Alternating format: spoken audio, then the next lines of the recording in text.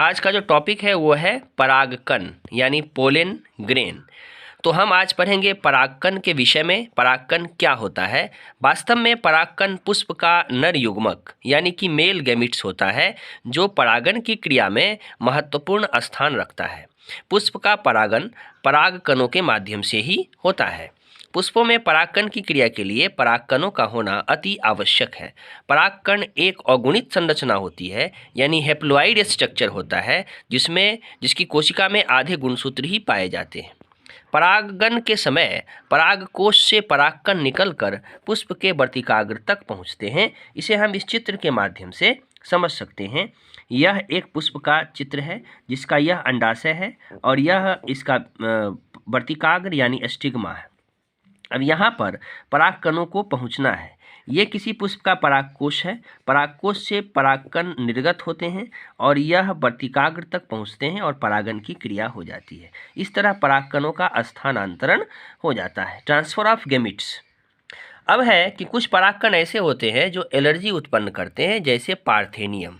Parthenium को हम गाजर घास कहते हैं। अपने यहाँ यह बड़ी आसानी से मिल जाता है। हरे रंग का यह पौधा होता है जिसमें सफ़ेद सफ़ेद पुष्प छोटे छोटे फटते हैं। इसके अलावे दूब घास यानी दुब्भी और देवदार के जो पुष्प होते हैं ये एलर्जी पैदा करते हैं।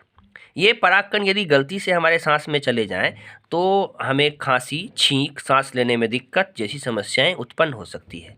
अगर यह आँखों में चले जाएं तो आँखों का लाल हो जाना, आँखों से पानी निकलना या जलन जैसी समस्याएं हो जाती है।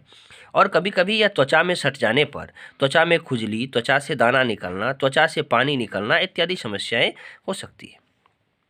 अब यहाँ एक महत्वपूर्ण बात यह जानना है कि अलग अलग पुष्पों के परागकणों की जो जीवन अवधि होती है यानी आयु होती है वह भिन्न भिन्न होती है।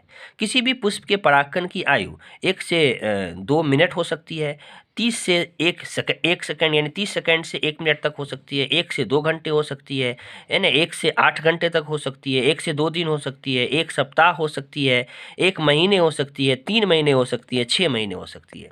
लेकिन सबसे महत्वपूर्ण बात यहाँ यह जानना है कि जब वैज्ञानिक लोग परागण की क्रिया करवाते हैं तो कृत्रिम रूप से परागण जब करवाते हैं तो उन्हें किसी भी समय परागकणों की आवश्यकता पड़ जाती है और उस समय यह परागकण तो उपलब्ध रहते नहीं हैं। इसलिए परागकणों को सुरक्षित रखा जाता है।